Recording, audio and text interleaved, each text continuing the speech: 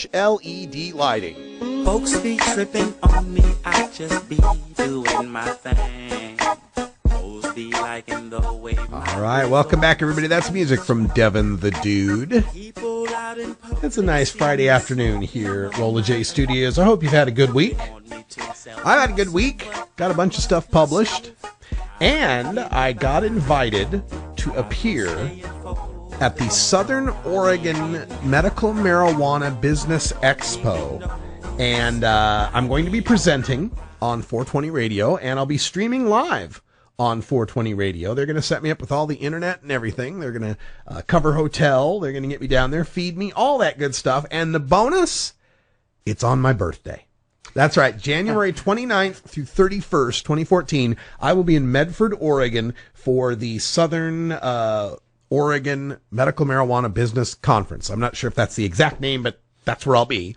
And another person who is there is my good friend Lindsey Rinehart, who's on the phone. Lindsey, how are you doing? Lindsey? Well, and I'm really excited because what you just said.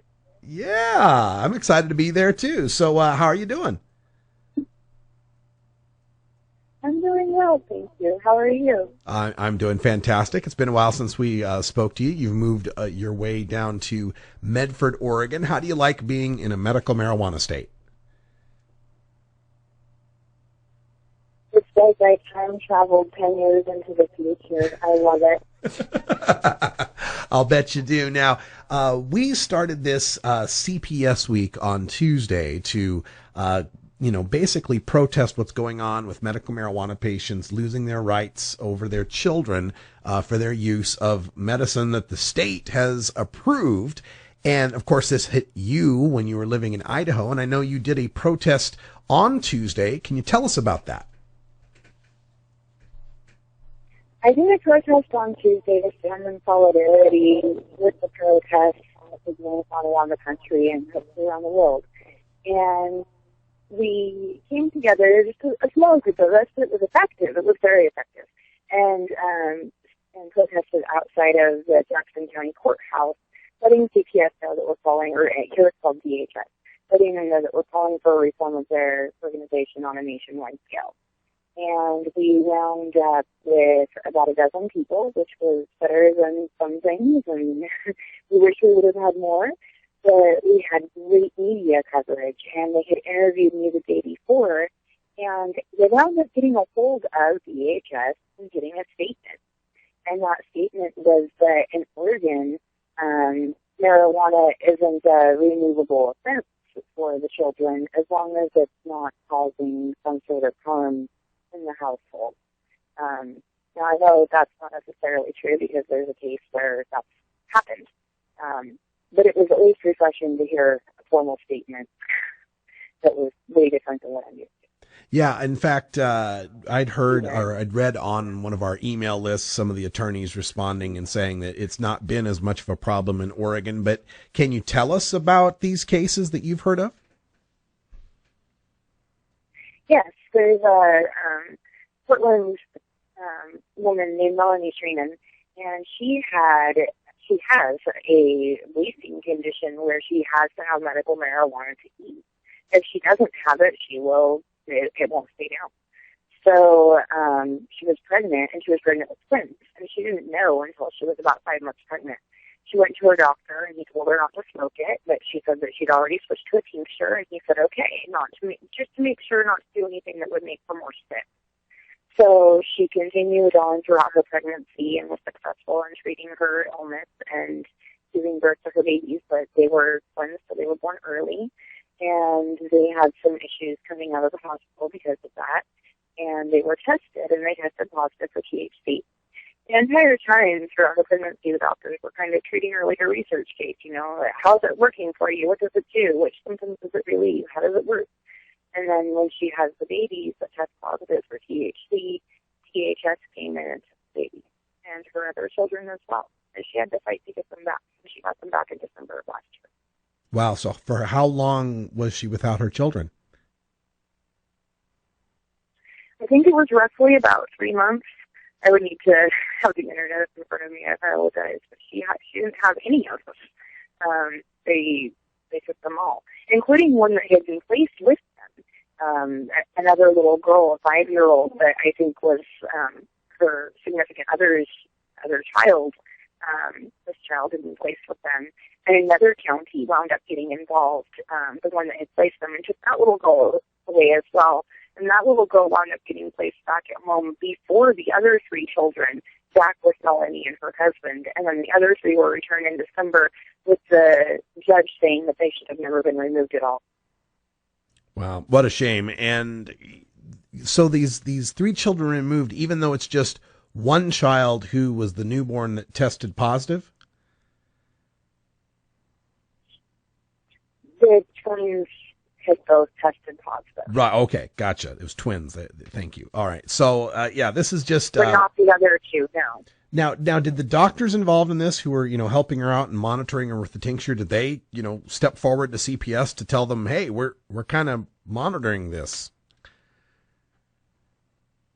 From what I've read and what I've seen and talked to her about, it's almost like the doctors were clueless that this was going on beyond the babies getting removed from the actual hospital.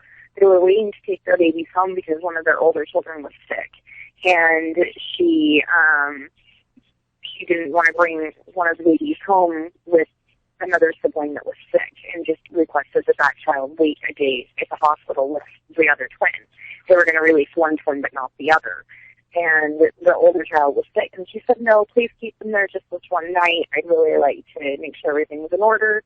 And they said that would be okay. And they turned around, and then they found out that it was not okay. And so DHS came to her home with an officer and interrogated them for quite a while, pretty harshly. You can read about this on momsformarijuana.org.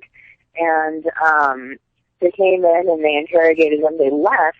Then the DHS worker came back about 20 minutes later with 2 more cops, asked the entire family to step outside, and when they did, they removed the children. Then when she called to find out about her twins, she found out they had been taken from DHS. Wow. All right. So momsformarijuana.org, folks, if you want to read up on these stories, there's more out there. And we are speaking with Lindsey Rinehart, who is now in Southern Oregon and getting involved in activism down there. I hope you're making a whole lot of new friends down there, and it's a pretty welcoming environment for you. I really like it down here. I have already met a great group of activists. Lori Duckworth is down here, and she's amazing. And there's just been this great, warm reception, and I love it down here. I really love it. Yeah, that's so good to hear. And we're also wanting to know how your kids are doing. We of course brought the story to everyone early in the spring about how your kids got taken away over a CPS matter. Have they gotten over that? Are they feeling better about this? Are they feeling safer now that they're in Oregon? I don't think they're ever going to get over it. They're going to grow and develop and grow past it, and they are.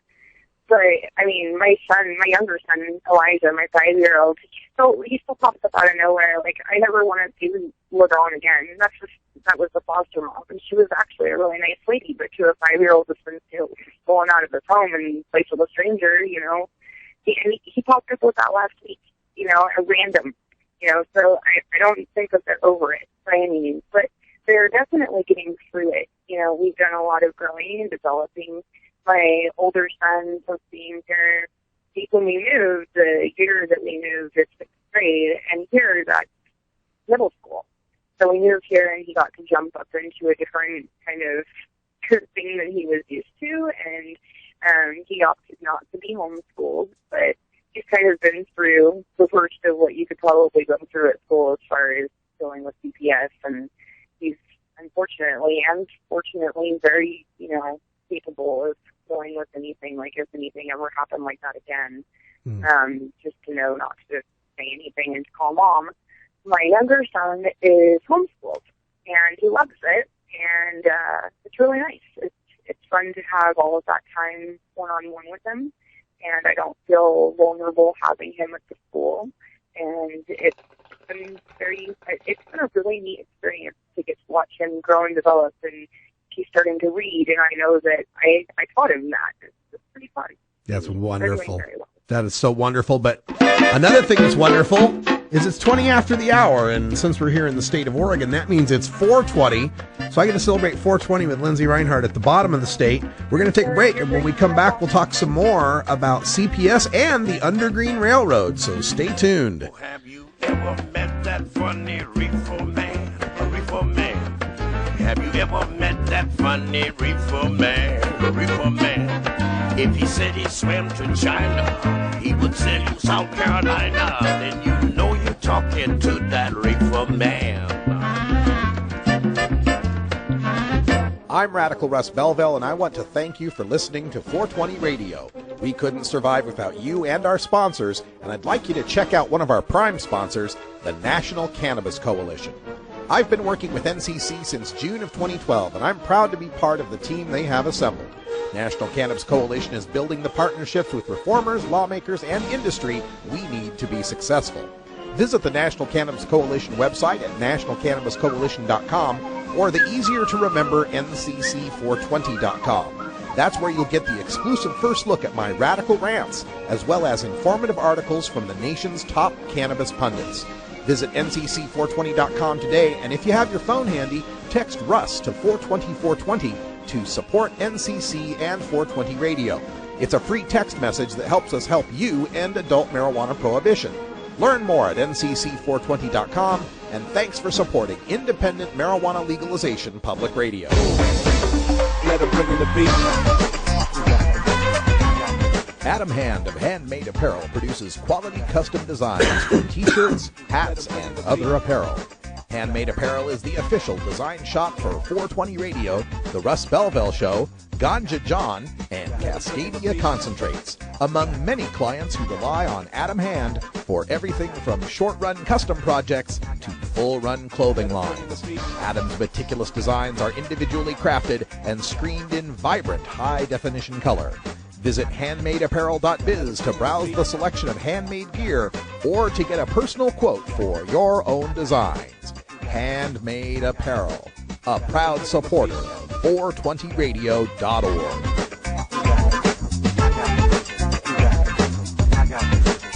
Let him bring in the beat. 420radio.org presents Hemp Radio with Patty Cakes in Orange County, debuting every Wednesday at 1 p.m. Pacific Time, with replays Thursday at 7 a.m., Fridays at midnight, and Sundays at 9 p.m. right here on 420radio.org.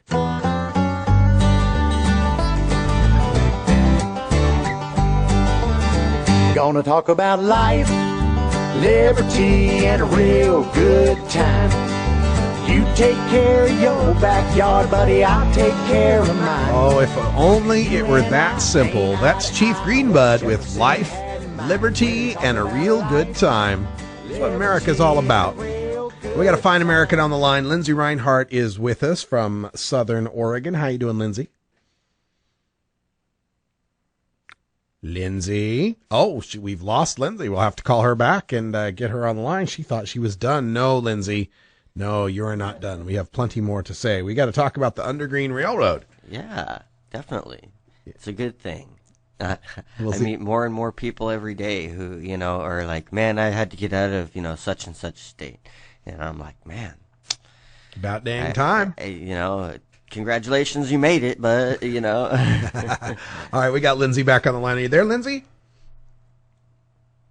I am. Sorry about that. I don't know what happened. That's okay. It's cell phones. They can sometimes disconnect. But wanted to go on talking about your case because, of course, we told everyone about how your kids got taken away when you were in the state of Idaho, and now you've escaped the state of Idaho. But is that it with them, or are they still after you? We are still fighting Idaho. They want to put us on a list saying that we neglect children because of the paraphernalia that was in my bedroom for my medical use. This would be an Idaho state list of child neglectors. Is that it? The Idaho code, it's an IDAPA code. It goes for the CPS rules because they have their own special rules. I know you guys have talked about this a lot. Their special rules say paraphernalia automatically dictates neglect. Okay. If it was in the home where a child could reach it. Well, it was in my bedroom. And so, not that kids really play in there, but I guess if they, weren't, I don't know, taught to stay out of it or something. Everything that I had that was, major was locked up. But it seems like they have found just whatever they can, and they make it seem like if you have paraphernalia in your home, you are automatically neglecting your children. And so we're here to tell them that, no, you're not automatically neglecting your children. That is a device to administer a medication. That is not something that automatically takes neglect. And so we're fighting Idaho to say, no, you can't put us on this registry. This will affect our lives in some pretty bad ways. It shows up on a federal background check. So it'll make it hard for my husband to get a job. They will show up on a federal background check. So if the school background checks us, which they do, and they're going to, if we want to volunteer at the school, we can't, because we're going to be a level 2 offender. My husband has never missed a field trip since my kid was 5, my older son, and except for one field trip. And all the other ones, he made it. And then we were going to chaperone for the Halloween dance, and it came back that we needed to have a federal background check. Wow. And it was like, my heart hit my stomach, because I can't chaperone at a dance. So because I can't have paraphernalia. It's just not right. It's insane. And Lindsey, let's be clear. Did you ever get a criminal charge for paraphernalia or possession? No, I did not. And so that's one thing that we're going to be bringing up. Another thing is that a medical necessity has been used before in Idaho criminally and successfully. And so that was back in 1990. But it's never been used to help with, this situation. Nobody's ever challenged CPS on this that I can find in Idaho. And so we're hoping that this will give people that come after me some legal grounds to stand on. Hopefully their children wouldn't be removed for it at all, but if they are removed, that it would show up as, well, this has already been beat before, so then they would have something to kind of stand on to help meet it for them. Well, this just, this illustrates that low bar that CPS has to clear, that in a criminal court, they'd have to take you to court. They'd have to take you to trial. They'd have to prove beyond a reasonable doubt that you were in possession of drug paraphernalia and or marijuana in the house before they could take your liberty and fine you and whatever else it might be, before they could put a black mark on your record that would follow you around for your life. But these CPS people, it seems, can do it just because a cop said he saw something. Is that right? Morally, no, but... is that what's happening here? So they have their own... Yeah, they have their own set of rules. So there's no due process in any of this. What they say goes. There's no judge. So you get hearing officers, which is kind of like a judge. I think I'm getting a judge December 4th. We have court in Idaho. And we thought we were going to Idaho. Now it might be over the phone. I'm not sure. We're kind of in limbo on that. I really wanted to know by now, but I just don't. But if we get to go in public, if we get to go on December 4th, that'll be a public hearing. And then we can ask for court support. We can have, be there. If it's over the phone, then I don't know exactly how that'll work. But it's still the first time that we're ever going to be heard. It's the first time that a judge is going to be able to hear our side of it. And, it's really frustrating when you've got stuff in your room that was put away, but when the pictures come back in discovery and they're all over your dresser and on your floor, and you're just like, how on earth am I using, supposedly, a broken bong that's been broken for over a year? Why was that placed in the middle of my bedroom floor and a picture taken over it? And it's really frustrating when I get told, well, your integrity might be called into question because you're a protective mom of your child and you're trying to protect yourself for your case. And I'm wondering why isn't Boise Police Department's credibility called into place when they were in my house without a warrant for 3.5 hours? I'd really like to know. And so I think it'll be interesting for a judge to get to ask these questions and get to, or not to ask them, but to actually, hear the answers to these questions where we haven't had it in. Jeez. Let me just put this into a paragraph so that I can wrap my head around the outrage that I should feel. We are talking about a woman who's got multiple sclerosis, who's using cannabis, keeping it locked up in her bedroom away from the kids, and using perhaps a glass pipe to smoke it and to alleviate symptoms of a terrible, terrible disease. And then, upon a hearsay at an elementary school, cops show up and intimidate their way without a warrant past a babysitter. It's rooting around until they can finally find some contraband, and upon finding it, take away not just your kids, but the kids of your friend, removing them from the house for at least a couple of weeks. And then, even after you've left the state and no criminal charges have been filed and your kids are given back to you, bureaucrats at Idaho CPS are saying, well, that tubular piece of glass means that your husband's an abusive parent who needs to be on a registry that will affect background checks and his ability to interface with children for the rest of his life. Have I got that? Not only do you have it, let me kick that up a notch for you. So I've been wanting answers from the principal of this school for a very long time. And we finally got some answers in the last week. And one of the answers to the questions, oh my gosh, they're still insisting that my kid brought cannabis to school. They say it was identified by 4 10-year-olds. No.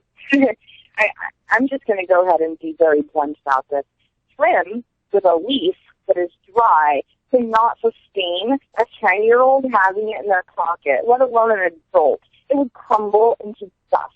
There is no way that a leaf made it to school in a 10-year-old's pocket that was never even there to begin with, that my kid could not access because it was completely locked up. So these 10-year-olds supposedly can identify cannabis that doesn't exist. So then they admit later, and the next day after I write my lawyer back a series of questions, that my child had a felt leaf of some sort in his pocket. So if they identified a felt leaf of some sort in my child's pocket, wouldn't it be up to an adult to decide if that was in fact cannabis or not, even given that there were several officers at the school that day? Nobody thought to take the felt leaf and go test it or something? And somehow all these 10-year-old kids can identify cannabis. And I just don't understand it. I do not understand it. And it will affect my husband even, it's a complete mess. And we want to fight this, and we're going to. Absolutely. Yeah, this needs to be fought. So keep in touch, because we'll write this up, and I'll get this posted up in High Times. We'll get some eyeballs on this, put it in Huffington Post, wherever we can, to get people to understand this. And that's why I wanted to do this week of shows, because I'd followed this through Daisy Bram, and I've followed this through your case. And, I'm thinking how bad CPS is because, they're taking away kids for the fact that people are smoking pot. But the more I dig into this, I find that they're, not only just targeting that, but there's a whole profit incentive in doing so. And the system is tilted to break up families, and it just needs to stop. It's really awful. And one thing that was heart-wrenching, and we had a lady show up to a rally on Tuesday, and she doesn't use cannabis. She claims that her children were stolen for no reason, and went on for about an hour to a reporter about it. And the reporter listened to every word and hugged her at the end, because even though you hear my children were stolen for no reason, and most people have said, yeah, right, there's always a reason. They don't take kids for no reason. I'm here to tell you, yes, they do. Yes, they do take kids for no reason, and it's up to us to protect our children. Yes, absolutely. Lindsey Rinehart, and I want to talk a little bit too about the brainchild we've had that's now starting to toddle a little bit, the Undergreen Railroad. Can you give us any updates on that? It is turning into a little toddler. We have a website now. So if you go to undergreenrailroad.org and you're looking at any medical state or recreational state that you want to relocate to, you can go to our website and you can find out what the laws are for every medical and recreational state that there is. And you can find links for the census information so that you can search by county to look for like health and welfare, and the health and welfare links are all up. So people, when they're moving, usually have to get services established, stuff like that. We have job services, like temporary services available to search, U-Hauls available to search. It's all up. So right now it's kind of like a little self-help station. Ultimately, that's not what it's going to be. Ultimately, we will be helping families relocate and get out of states where they do not have medical laws or recreational laws to states that do have medical laws or recreational laws. But right now, we had to do something. Right. The demand was so high. As soon as people found out about Undergreen Railroad, we were bombarded. So we had to do something. So right now, it's a self-help station. So we are working on it. So we're still looking for people. If somebody wants to help us by sponsoring us to get our incorporation or 501c3, we really need help to move forward. That will allow us to take donations to these families move right now. And once we can do that, we're just going to start doing it. These families need to move now. We've got people dying from cancer. I was in month 4 of an attack before I moved here. I could barely move. You know, and now I got here 2 weeks later. I was weak. I was coming out of my attack. I'm off of all of my medications. People shouldn't have to wait years to get off of all of their medications. I'm sorry, but we're fighting to change these laws in these states. There's no reason for these people to have to stay there and have their health decline. It's not okay. And people that are recreational users and CPS is in their business, so they've been in probation over and over. If they're there to leave the state, let's get them out. Let's get them in a state where they don't have to go through this over and over. There are states with principal laws, and there is 10 to go. Yeah, absolutely. I'll move home if we so choose. Let's go. I agree. And the goal for this, of course, is to be a real state-of-the-art, let's have a referral system. People can post if they have a room available. Patients can say, looking for room, a big bulletin board referral service. But that takes some IT talent, some web talent. And I'm always hearing people say, what can I do? I don't have a lot of money, but I want to help. Well, if you got these kind of web skills, kind of database skills, get a hold of me. I'll put you in touch with Lindsey. There's a lot we can do crowdsourcing to make this a self-funding, and an operational Undergreen Railroad site to help more of our friends who, and I'm not saying, it's not for everybody. Some people want to stay in their states, but if you want to move to a state that's friendlier, then we have the site for you, undergreenrailroad.org. All right. Well, Lindsey Rinehart, I'm glad you're doing well, and it sounds like getting to a medical state, getting a good supply of good medicine has definitely helped your condition, hasn't it? It really has. I got to experience my first harvest press. It was so amazing. It was beautiful. I got to trim for the first time, and it was great. I have medication, and I feel better than I felt in years. I mean, the only pharmaceutical I'm taking is Benadryl. I got to play with the plant that I fought so hard for and went through hell for, and it was really just like needed. It was absolutely needed, and it was rewarding, and I loved every second of it. And to just be able to come somewhere where the opinion is so different. Being Idaho, it humanizes the plant so much, and then when you come to a different place and you move and you immerse in the culture, and the culture down here for cannabis is amazing. This is the top of the Emerald Triangle. I moved to a great place, and it's so nice to not have the social stigma that just kind of feels like the stick of Idaho, where you're just judged and looked down upon because you choose something different. You have a different medication, and you come here, and the level of activism is even different. I'm not fighting for medical here. Here I'm looking at which initiatives to help with, moving forward for full legalization. And it's for all of them, for that matter. And it's just, it's just a whole different level looking at things, going from a non-medical state to a medical state. I highly recommend it if you are stuck somewhere where you need to leave for your condition. I am tired of hearing about the cancer patients that are dying because they don't have medical access. And I say that with love. I do not mean that in a mean way. I will always listen to somebody that needs to tell me that story. Always, always, always.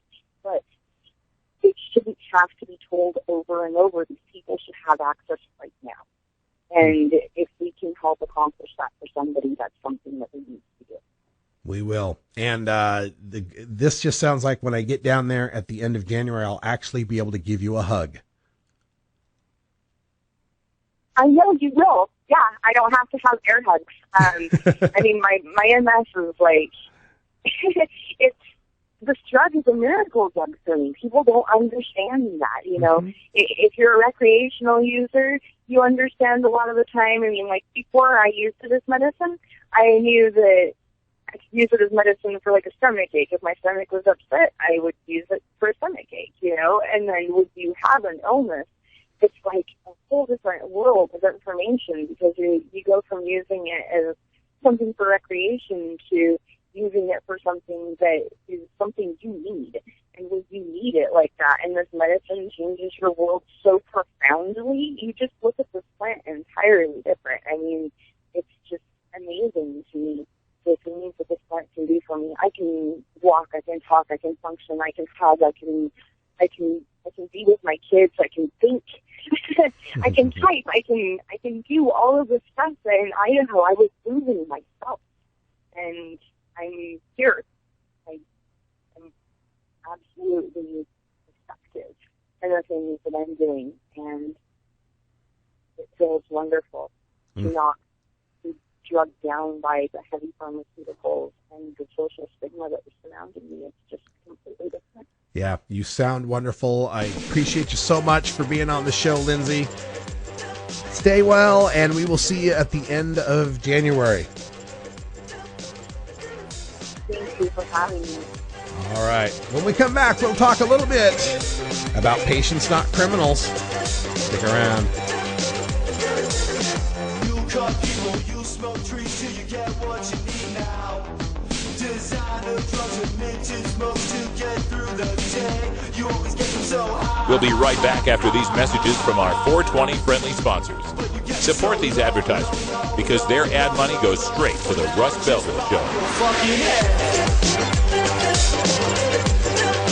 You're tuned into the Russ Belville Show, the voice of the marijuana nation.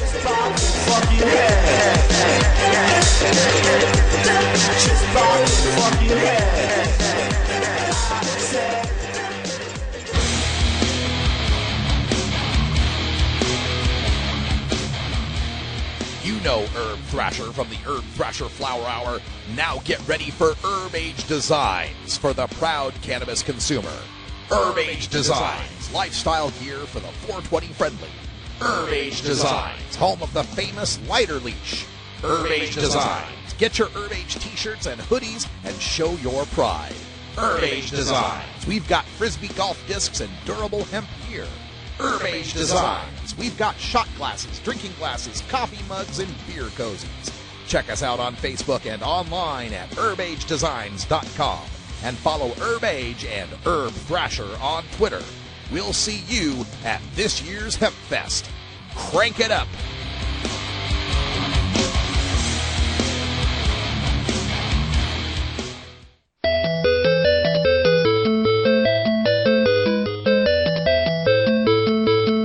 Приветствую. Меня зовут Дани Данько. Я редактор журнала High Times. Отвечаю за отдел культивации, или, проще говоря, выращивания. Приглашаем вас в Амстердам с 24 по 28 ноября, чтобы посетить ежегодный турнир Cannabis Cup, уже 26-й по счету. Там мы сравним множество видов марихуаны и гашиша из местных кофешопов. Еще у нас там выставка товаров, семинары по выращиванию, ночные концерты и вручение премии за лучшие в мире сорта марихуаны. Хотите получить 10% скидку со 100 билета? Используйте промокод DANько. на сайте cannabiscup.com. Ждем вас!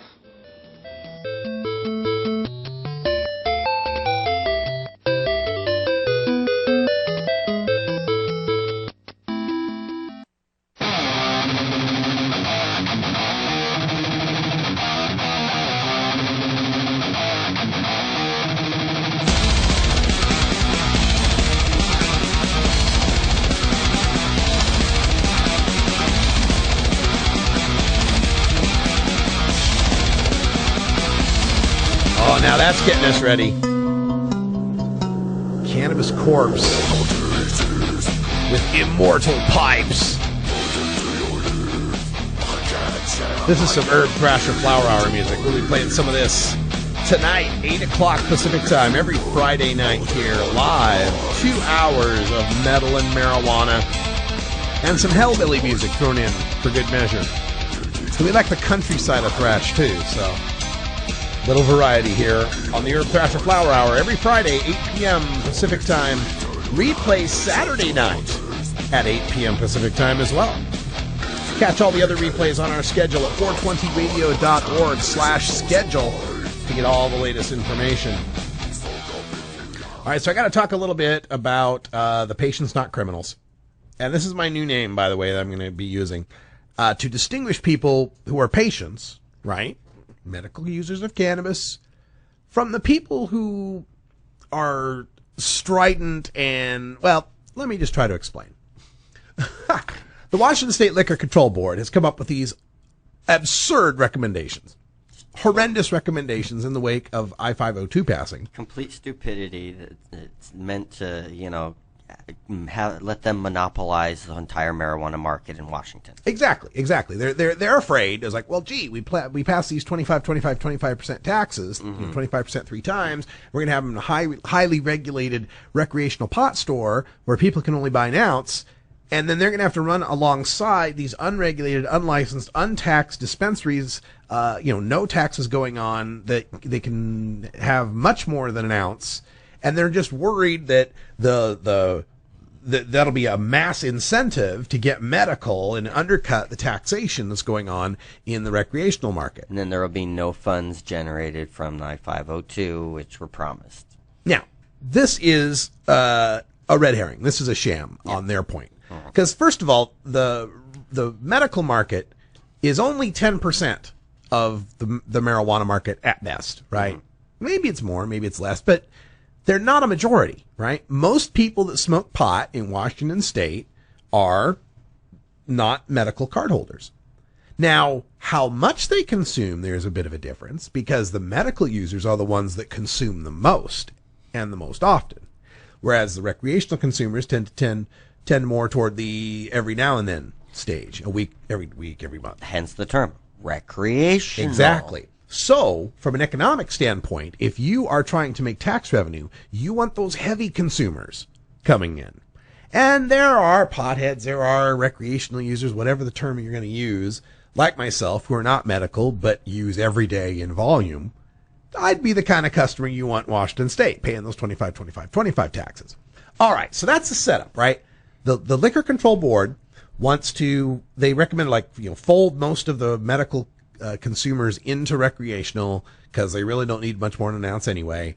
Number 2, reduce the possession limit from 24 ounces to 3 ounces for all the medical users, which doesn't make a whole lot of sense if you're talking about the medical users, because they're the ones that are the big consumers. And if they're the big consumers that you want, doesn't it stand to reason they have to possess more than 3 ounces? But still, they want to reduce it to 3 ounces. And they want to eliminate home grow. And they want to require, close most of the dispensaries, require them to do all the licensing requirements, pay the taxes, yada, yada, yada. All right. So here's where I started to get a little upset about this, because while everything they're proposing really, really sucks, there has to be a recognition on our side that it's untenable to have a Wild West, unregistered, unregulated, unlicensed, untaxed medical market trying to run alongside a very highly taxed, highly structured, highly regulated market. And that may have been some of the argument against 502 from these non-502 people, saying, well, we can't have this regulation because regulation will make our lack of regulation glaringly obvious, right? Yeah, that's kind of a weird argument. Let's not vote to legalize recreational because it'll point out how unregulated medical is. Okay, and there's a whole story about how they tried to get medical regulations in Washington State, but even then, when they were trying through the legislature to get these medical recommendations, a lot of the patients, not criminals, were saying, oh no, you can't do that, and you can't do this, and you can't do that. And so I jumped in trying to offer a little devil's advocacy on this point, to try to say, look, on our side, we're going to have to recognize which battles to fight, which ones you can win, when it's time to compromise to save what you can. Here's what I would suggest. Number one of the things they're freaking out about is the proposal to make a patient registry. Oh my God, if we have a patient registry, oh my God, our names will be on a list. Now, every other state except California has a patient registry, and I'm not saying they haven't been abused. It's been abused. But by and large, most patients in most states that have registries are cool with it. Because, hey, look, I have a card that when I show a cop, they can't arrest me. Yeah. They kind of like it. Yeah, it's a very good thing. Yeah. So they're resisting a patient registry. And I would say, look, go with a patient registry and make your case that the patients that are registered for the severe conditions get to keep their 24 ounces. Make the case that, yes, if you've got cancer, if you've got AIDS, if you've got a severe wasting syndrome, there's all sorts of Crohn's, whatever, all sorts of conditions you might have where it's a pretty legit thing to say, yeah, this guy needs 1.5 pounds because he's got to press it into oil, he's got to make tinctures, whatever it is, right? You can make that case. But what they're trying to do is say, no, we don't want any registry, and every patient gets to keep their 24 ounces, and I just think that's asking too much at this point. When they freak out about the limit being proposed moving down from 24 ounces to 3 ounces, it's hard for me to make much hay about that to my national audience when most of them get 0 ounces, and in most of the other medical marijuana states they get 2. 1 ounce, 2 ounce, 2.5 ounces, sometimes 3. Right? We're the outliers in Oregon and Washington getting 24 ounces. Okay? So if you want to keep a little of that, and you're really concerned about these seriously, desperately ill patients, make the case for them. Don't try to make the case that everybody needs to keep their 1.5 pounds when you know and I know that a lot of those people that have medical marijuana recommendations walked into a tent at HempFest, dropped $40 in a story, and the next minute they're out with a gas mask bong in front of the Cottonmouth Kings, and their chronic pain has suddenly disappeared while they're in the mosh pit. I've seen it. I've seen it. With my own 2 damn eyes. Yes, I've seen it with my own 4 eyes. And I'm not against it. I'm just saying, hey, if that guy with the somewhat kind of sporadic chronic pain has to go from 24 ounces to 3 so that we can keep the 24 ounces of the cancer patient, that sounds like a fight I'd like to have. But trying to say, nope, no registries, we've all got to keep 24 ounces, all the dispensary, they won't give anything. Yeah. And it seems to me it's this position where it gets increasingly echoed in their little echo chambers, in their little dispensary magazines, and their little Facebook columns, and all of this, where they echo each other at what a terrible, terrible outrage it is, and won't own up to the fact that there's a lot of fraud and abuse going on here, people. You know and I know that there's people out there, growers, who get their patient card so that they can have more plants in their limit. They give their patient 1 ounce a month for free, and then somewhere, somehow, the rest of those ounces go somewhere else, and they make a lot of money on it, which is not at all what the voters were intending when they were passing medical marijuana laws. No. Now that we have legalization, now that we're moving forward in people's attitudes, and we can start making this a regulated and taxed market, there's going to have to be some changes here. We were told medical marijuana was get the sick and dying off the battlefield, but eventually we'd all want to legalize. We all voted for all these medical marijuana laws, state after state after state after state, even though they didn't protect the healthy people. only to turn around and find when it was time to legalize, the dispensaries were organizing against it. We'll be right back after these messages from our 420 friendly sponsors. Support these advertisers because their ad money goes straight to the Russ Belville Show.